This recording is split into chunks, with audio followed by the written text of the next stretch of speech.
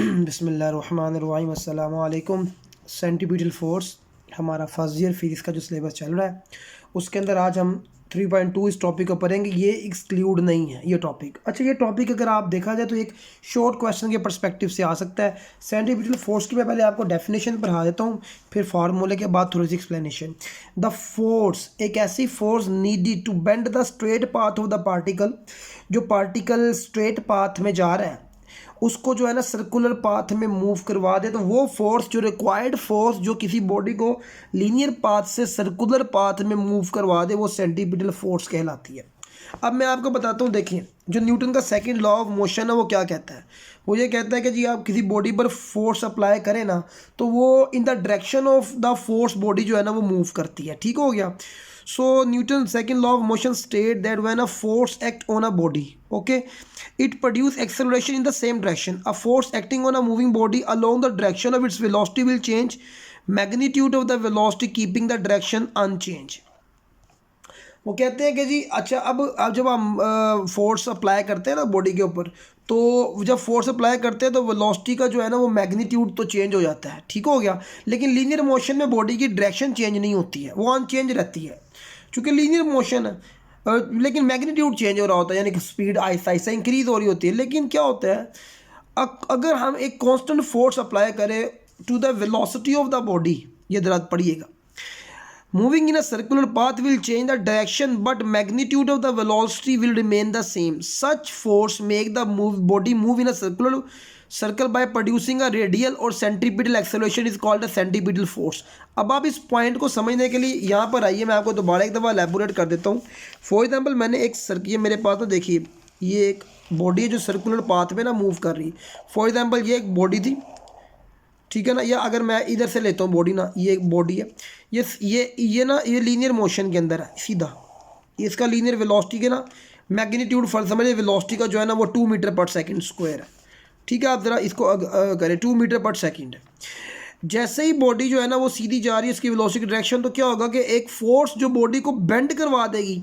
अच्छा देखिए centripetal force जो है ना एक बेसिक फोर्स नहीं है। सेंटीपिटल फोर्स मल्टीपल चीज़ें प्रोवाइड करती हैं। Sometime friction centripetal force provide करती है, समटाइम ग्रेविटी प्रोवाइड करती है। तो क्या होगा कि ये ना इस तरफ टिल्ट कर जाएगी इस तरफ, क्यों? क्योंकि ना इसको सेंटर ऑफ द ग्रेविटी जो है ना, तो ये इसके अब लीनियर मोशन की डायरेक्शन स्ट्रेट हो जाएगी। लेकिन फिर वो ग्रेविटी की इसकी अब मोशन ये है, लेकिन वो ग्रेविटी जो है ना इसको अपनी तरफ दोबारा टिल्ट करवा लेगी। तो ये ग्रेविटी हमेशा डाउनवर्ड होती है। तो फिर ये बॉडी यहाँ पर आ गया। अभी इसकी मोशन की जो वेलोसिटी की डायरेक्शन जो है ना वो लीनियर थी, लेकिन वही बात आया कि इसको फिर ग्रेविटी ने अपनी तरफ टिल्ट करवा दिया और ये हमेशा टुवर्ड्स द, इस तरह बॉडी जो है ना वो सर्कुलर पाथ के अंदर मूव करती है। मैंने आपको डायरेक्शन शो करवा एग्जैक्टली यहाँ पर भी यही हुआ है। सो ये देख लीजिए एक बॉडी जो है ना वो, अब आप देखें ये हमने जो है ना फोर्स अप्लाई की, फोर्स जो है ना हमेशा टुवर्ड द सेंटर की तरफ थी। बॉडी की डायरेक्शन जो वेलोसिटी की डायरेक्शन थी टू द परपेंडिकुलर, देखिए दरमियान में 90 का एंगल है। तो यही उन्होंने बात बताई हुई है कि हमेशा वो क्या होती है परपेंडिकुलर उठती है। ये बात जरा देखिए आप। A force needed to change the direction of the velocity or motion of the body continuously at each point in a circular motion. यानी सर्कुलर मोशन करते हैं हर पॉइंट पर वो फोर्स लगनी चाहिए ताकि बॉडी कॉन्टीन्यूसली जो है ना वो सर्कुलर पाथ के अंदर मूव करती रहे। और यहाँ पर रिक्वायर्ड फोर्स जो है ना वो ग्रेविटेशनल फोर्स प्रोवाइड कर रही है। So this force pulls the object toward the centre in a circular path, और इसकी डायरेक्शन जो होती है ना वो टेंजेंटल वेलोसिटी है एट ईच पॉइंट। सो ये मेरे पास आ गया। अब देखिए फोर्स की जो हम ना, मैं इसको आपको जरा ड्राइव करवा के दिखाता हूँ कि यहाँ पर लिखा हुआ है for a body of mass M moving with a velocity V in a circular path of the radius R centripetal force जो है ना, अब देखिए ज़रा हमारे पास फार्मूला जो है ना वो क्या है। फार्मूला हमारे पास होता है F is equal to M A according to Newton second law. अब मैंने सेंटीपिटल फोर्स फाइंड करनी है, एफ सी हो गया, अब मेरे पास ऐसे ही रह गया। अच्छा एक की जगह जो है ना हम लगा देंगे वी स्क्वायर ओवर आर। ठीक हो गया। तो ये ए जो है ना ये एक्सेलरेशन है सेंटीपिटल फोर्स के लिए, तो मेरे पास ये निकल आया। अच्छा हम जानते हैं कि लीनियर वेलोसिटी जो होती है ना वो उसका फार्मूला होता है आर ओमेगा लीनियर वेलोसिटी का।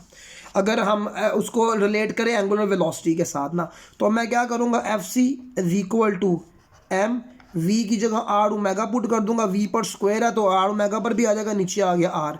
सो F C is equal to M R का स्क्वायर ओमेगा का स्क्वायर ओवर आर ये इससे कट गया, तो मेरे पास सेंटीमीटर फोर्स जो है ना वो एम आर ओमेगा स्क्वायर। तो ये देखिए ये इस तरह भी आ सकती है इक्वेशन, दो जो अकॉर्डिंग टू द जो है ना वो रिक्वायरमेंट हम इसको न्यूमेरिकल में यूज़ कर सकते हैं। सो ये मेरे पास ये वाला टॉपिक कंक्लूड हुआ। आ जाइए अगले टॉपिक की तरफ। ये शॉर्ट क्वेश्चन है, एग्जाम्पल्स बता दीजिए।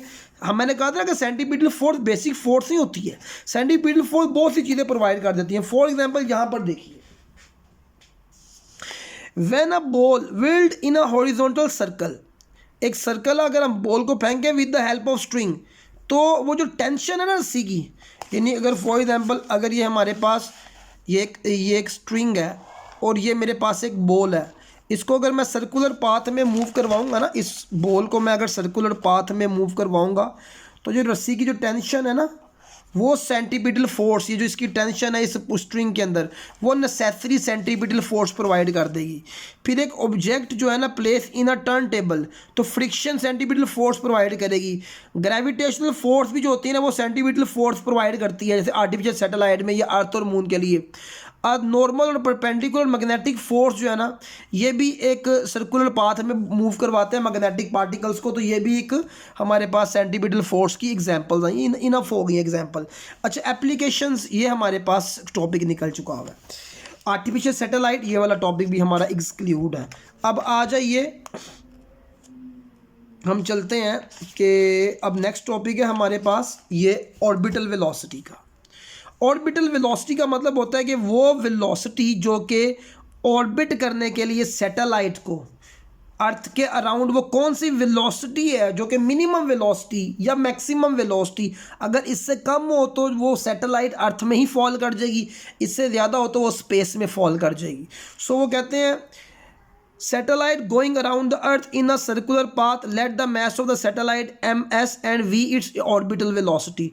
The mass of earth is m and represented r the radius of the orbit. ठीक हो गया।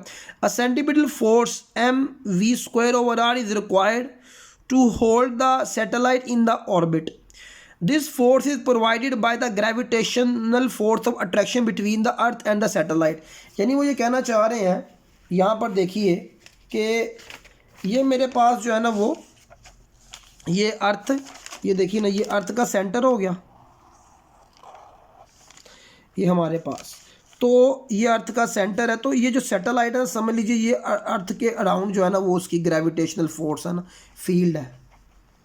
तो यहाँ पर जो ये रेडियस हो गया हमारे पास, ठीक हो गया, और ये सैटेलाइट मूव कर रही है और उसकी डायरेक्शन जो है ना हमें tangential to the direction of the, यानी वेलोसिटी के टेनियंटल है। तो ये मेरे पास अब ये फोर्स जो है ना वो कौन सी फोर्स है जो इसको जो है ना सर्कुलर पाथ में मूव करवा रही है, इसको सर्कुलर पाथ में मूव करवा रही है, वो हमारे पास जो है ना वो ग्रेविटेशनल फोर्स है।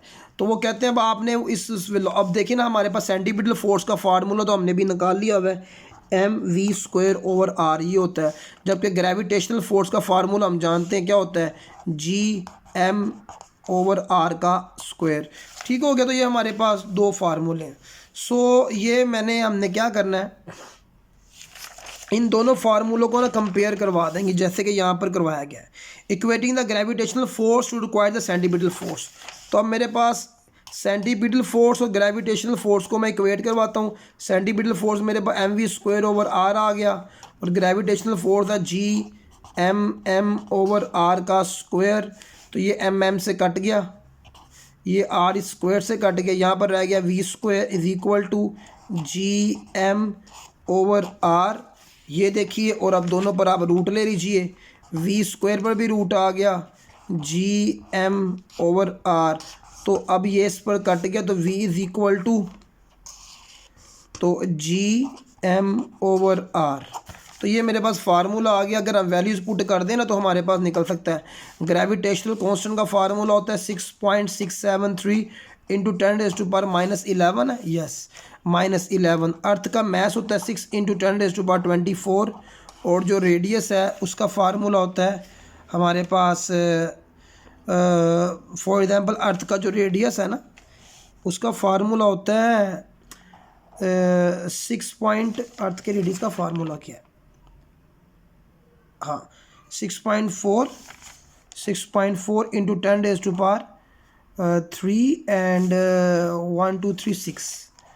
सो ये इसको हम सॉल्व करेंगे तो हमारे पास वो मिनिमम वेलोसिटी आ जाएगी जो कि रिक्वायर्ड है कि अर्थ को जो है ना वो करने के लिए, सैटेलाइट को रिवॉल्व करने के लिए अराउंड द अर्थ। तो हमने ये टॉपिक भी आपके लिए इंक्लूड कर दिया। और अब हमारे पास टॉपिक आ रहा है वेटलेसनेस इन अ सैटेलाइट्स, और उसके बाद आर्टिफिशियल जो है ना हम ग्रेविटी की तरफ भी आएंगे, क्योंकि ये दोनों टॉपिक इंक्लूड है। अच्छा, इस तरह करते हैं, अब हमारे पास 3 टॉपिक्स रह गए हैं। एक ये 2 टॉपिक के अंदर एक वीडियो में हम कर देंगे, और दूसरा उसके बाद movement of inertia and the angular momentum, एक वीडियो में हम ये करके, ताकि आपके लिए टॉपिक जो है ना वो एक जगह पर कंसंट्रेट ना हो, ज़रा इजीली जो है ना वो टॉपिक टू टॉपिक डन हो जाए। हमेशा की तरह चैनल को आपने सब्सक्राइब करना। तमाम कंटेंट का जो है ना वो चैप्टर का कंटेंट अवेलेबल है हमारे यूट्यूब अकाउंट के अलावा। हमारा आप टिकटॉक अकाउंट भी अपना मकतब के नाम से, उसको भी आपने फॉलो करना है। इंशाअल्लाह ताला आप लोगों के लिए मैं बोर्ड प्रिपरेशन के हवाले से सारा कंटेंट लेकर आता रहूँगा। हमारे साथ जुड़े रहिए। इंशाअल्लाह ताला अभी हमने टेस्ट सेशन भी स्टार्ट करना, उसके लिए भी हमारे पास जो है ना वो कंटेंट अवेलेबल होगा।